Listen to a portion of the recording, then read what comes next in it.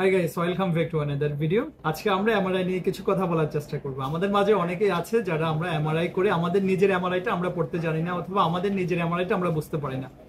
1000 টাকা খরচ করে আমরা এমআরআই করি। এমআরআই করার পর আপনি কিভাবে আপনার এমআরআইটা খুব ইজিলি বুঝতে পারবেন সেটা নিয়ে আজকে কিছু কথা বলার চেষ্টা করব। প্রিয় দর্শক, আমরা যারা L4, L5 এবং L5S1 এর ডিস্ক সমস্যায় ভুগছি, কিভাবে সহজে আপনি আপনার এমআরআইটা সহজে বুঝতে পারবেন যে আপনার কি L4, L5 এর ডিস্ক বের হয়েছে নাকি L5S1 এর ডিস্ক বের হয়েছে, এবং বের হলে সেটা কতটুকু বের হয়েছে এবং কতটুকু খারাপ, সেটা নিয়ে কিছু কথা বলার চেষ্টা করব। তবে ভিডিওটি শেষ পর্যন্ত দেখতে থাকুন। চলুন আমরা কথা না বাড়িয়ে সরাসরি আমরা এমআরআইতে যাই। প্রিয় দর্শক, আমরা যখন এমআরআই করি, এমআরআই রুম থেকে আমাদেরকে এরকম 4টা ফিল্ম দেয়। 4টা ফিল্ম কেন দেয়? এই 4টা ফিল্ম দেওয়ার কিছু উদ্দেশ্য আছে। দুটো ফিল্ম হচ্ছে T1 ফিল্ম আর দুটো হচ্ছে T2 ফিল্ম। এত জটিল বুঝবো না, আমরা জাস্ট এতটুকু মাথায় রাখি আমাদের এই 4টা ফিল্মের কিছু কাজ আছে, সেইগুলো আমরা এখন বোঝার চেষ্টা করব। প্রিয় দর্শক, আমরা এখন সরাসরি ভিউ বক্সে যাব। ভিউ বক্সে আমি দুটো ফিল্ম লাগিয়েছি, দুটো ফিল্মে আলাদা ফিল্ম, দ্যাট মিন্স দুইজনের ফিল্মে। আমি যে ফিল্মটা লাগিয়েছি এটা হচ্ছে সেজিটাল সেকশন। এই সেজিটাল সেকশন এমআরআই বুঝার একদম সহজ উপায়। এটা আমরা কিভাবে বুঝবো সহজে সেটা একটু দেখবো। আমরা এখানে যেটা দেখতে পাচ্ছি সেটা হচ্ছে L4, L5 ডিস্কটা বের হয়েছে এই ফিল্মে, আর এখানে আমরা যেটা দেখতে পাচ্ছি সেটা হচ্ছে L5S1 ডিস্কটা বের হয়েছে এখানে। তাহলে আমরা এটা কিভাবে সহজে বুঝবো সেটা একটু দেখি। প্রিয় দর্শক, আমরা জানি আমাদের কোমরে 5টা হাড় থাকে, যেমন 5, 4, 3, 2, 1। এই 5টা হাড়কে আমরা লাম্বার বলছি। L1, L2, L3, L4, L5 এতটুকু হচ্ছে আমাদের L5 এরিয়া। এরপরে হচ্ছে আমরা এটাকে S1 বলি, S1, S2, that means sacrum বলি এটাকে আমরা, যার জন্য এটাকে আমরা S1 বলছি। প্রিয় দর্শক, আমরা এই ফিল্মে যেটা দেখতে পাচ্ছি সেটা হচ্ছে, আমরা যদি এটা যদি L5 ধরি তাহলে এটা হচ্ছে L4। তাহলে এখানে যেটা দেখা যাচ্ছে L5 এবং L4 মাঝখানে এখানে যে ডিস্কটা আছে, এই ডিস্কটা বের হয়ে পিছনে গিয়ে নার্ভকে চাপ দিচ্ছে। তাহলে এখানে দেখুন, এরপরে উঠি আমরা, তাহলে এটা হচ্ছে L4, L3। প্রিয় দর্শক, একটু দেখুন L4, L3-র মাঝখানে এখানে যে সাদা অংশটা আছে এটা হচ্ছে নিউক্লিয়াস। আমাদের ডিস্কের মধ্যে দুটো অংশ থাকে, এটা হচ্ছে অ্যানুলাস ফাইব্রোসাস আর একটা হচ্ছে নিউক্লিয়াস পালপোসাস। তাহলে এই দুটো অংশ এখানে খুব ক্লিয়ারলি দেখা যাচ্ছে। তার মানে এখানে তার ভিতরে যে জেলি আছে, ফ্লুইড থাকার কথা, ফ্লুইডটা ভালো আছে, এবং তার এখানে যে দুই পাশে যে পর্দা আছে ওই পর্দাটাও ভালো আছে, যার জন্য দেখতে কালো দেখাচ্ছে। আর এখানে এসে দেখা যাচ্ছে যে এখানে মানে কিছু একটা অংশ এখানে বের হয়ে গিয়েছে। তার মানে এই ফিল্মের যে সমস্যাটা সবচেয়ে বড় সমস্যা, এই সমস্যাটা হচ্ছে এটাই, একটু বের হয়ে এখানে পিছনে যে আমাদের রগ আছে, নার্ভ আছে, ওই নার্ভকে চাপ দিচ্ছে। সেটা আমরা কিভাবে বুঝবো? এই যে এই ফিল্মে দেখতে পাবো, এই যে এখানে কিছু ছিদ্র আছে, ছোট ছোট ছিদ্র। এই ছিদ্রটা হচ্ছে আমাদের ইন্টারভার্টেবরাল ফোরামেন, মানে এই ছিদ্র দিয়ে আমার রগটা বের হয়। এই ছিদ্রর পিছনে হচ্ছে এই ডিস্কটা। তাহলে ডিস্ক যখন বের হবে তখন এখানে যে ছিদ্র আছে ছিদ্রটা ছোট হয়ে যাবে। দ্যাট মিন্স এই ছিদ্র যখন ছোট হয়ে যাবে তখন নার্ভকে চাপ দিবে, নার্ভকে যখন কম্প্রেশন করবে তখন আলটিমেটলি ব্যথাটা পাইয়ে যাবে, পা ঝিঝি করবে, পা ভারবার লাগবে, এই সমস্যাটি হবে। প্রিয় দর্শক, আরেকটু বড় করে দেখিয়েছে, এই যে এখানে বড় করে দেখিয়েছে, এখানে বড় করে দেখিয়েছে, এখানে আরো স্পষ্ট দেখা যাচ্ছে। এই যে দেখুন, এখানে ব্ল্যাক হয়ে গিয়েছে এবং কিছু অংশ এদিকে বের হয়ে গিয়েছে। এই যে এটা হচ্ছে 5, 4, 3, এই যে 3 এবং 4 এর মাঝখানে যে ডিস্কটা আছে এটা ভালো আছে। এটা কোথায় বের হয়েছে প্রিয় দর্শক? এটার লেভেল একটু ডিফারেন্স, এটা ডিফারেন্স। এটা হচ্ছে L4, L5 এ, আর এটা হচ্ছে L5S1 এ। L5S1 এ আমরা কিভাবে বুঝবো? এটা হচ্ছে স্যাক্রাম রিজন, আর এটা হচ্ছে আমাদের L5, L4, L3, L2, L1। তাহলে প্রিয় দর্শক, এখানে যে ডিস্কটা বের হয়েছে এটা হচ্ছে L4, L5 লেভেলে, আর এখানে যে ডিস্কটা বের হয়েছে এটা হচ্ছে L5S1 লেভেলে। প্রিয় দর্শক দেখুন, এটা কম্পারেটিভলি অনেক কম বের হয়েছে আর এটা কম্পারেটিভলি অনেক বেশি বের হয়েছে। তাহলে কম এবং বেশি বের হয়েছে, দুটোকে আমরা কম্পেয়ার করব কিভাবে, দুটোকে পার্থক্য করব কিভাবে? সেটা হচ্ছে আমাদের ব্রেন থেকে শুরু করে একটা নালী আছে, এই নালী দিয়ে আমাদের যেটা আমরা শাহী রগ বলি অথবা যেটাকে আমরা স্পাইন বলি, এই স্পাইনটা এই নালী দিয়ে বের হয়। তাহলে এই নালী ফ্রি আছে কিনা নাকি ব্লক আছে, সেই জিনিসটা আমরা কম্পেয়ার করতে পারবো যে না এটা বেশি খারাপ নাকি বেশি ভালো।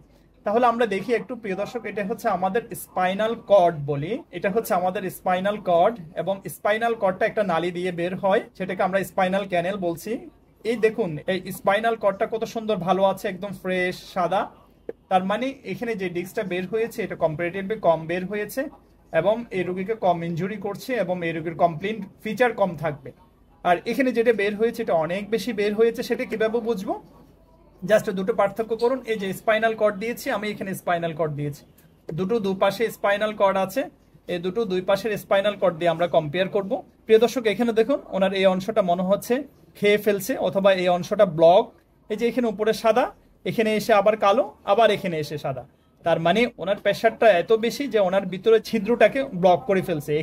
এখান থেকে ডিস্কটা বের হয়ে, জেলিটা বের হয়ে স্পাইনাল ক্যানেলটাকে ব্লক করে ফেলছে। ফলে হয়েছে কি, এই যে দেখুন, তার মানে এই রোগীর স্পাইনাল ক্যানেল স্টেনোসিস আছে। তার মানে ওনার স্পাইনাল ক্যানেলে ব্লক আছে। তার মানে ওনার ফিচার বেশি থাকবে, ওনার সমস্যা বেশি থাকবে কম্পারেটিভলি ওনার চেয়ে। ওনার সমস্যা কম থাকবে, ওনার সমস্যা বেশি থাকবে। প্রিয় দর্শক, আবারও বলছি, আপনি খারাপ আছেন না ভালো আছেন সেই জিনিসটা কিভাবে বুঝবেন? দুটো ফিল্ম দেখিয়েছি আমি, একটা বেশি খারাপ আর একটা কম্পারেটিভলি কম খারাপ। তার মানে দেখুন এটা অনেক ভালো আছে, তার মানে এটা দেখুন এটা খারাপ আছে। এটা খারাপ আছে কিভাবে বুঝবো? এই যে আমাদের এই যে দেখুন এখানে কালো হয়ে গিয়েছে, তার মানে এখানে চাপটা আছে। কোন চাপটা? এই যে এই চাপটা, এই যে এই চাপটা, এই যে এই চাপটা।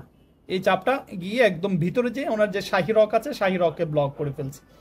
প্রিয় দর্শক, আবারও বলছি, আমি যে ফিল্মটা লাগিয়েছি, দুটো ফিল্ম লাগিয়েছি। একটা হচ্ছে L4 L5 এর ডিস্কের সমস্যার জন্য, আর একটা ফিল্ম লাগিয়েছে সেটা হচ্ছে L5S1। এই যে L5S1 এর যে ডিস্কটা আছে যেখানে ব্ল্যাক হয়ে গিয়েছে, এই সমস্যাটা কম্পেয়ার করার জন্য। আরেকটা ফিল্ম লাগিয়েছে একটু বেশি খারাপ, আর একটা লাগিয়েছে একটু কম খারাপ। তাহলে দুটো কম্পেয়ার করতে পারবেন আপনারা। প্রিয় দর্শক, এই সমস্যাটি হলে আপনারা যেটা ফিল করবেন সেটা হচ্ছে পায়ে ব্যথা যাবে, কোমরের এক পাশে ব্যথা থাকবে। এই সমস্যা যখন একটু কম থাকবে, ব্যথাটা কোমরের এক পাশে থাকবে।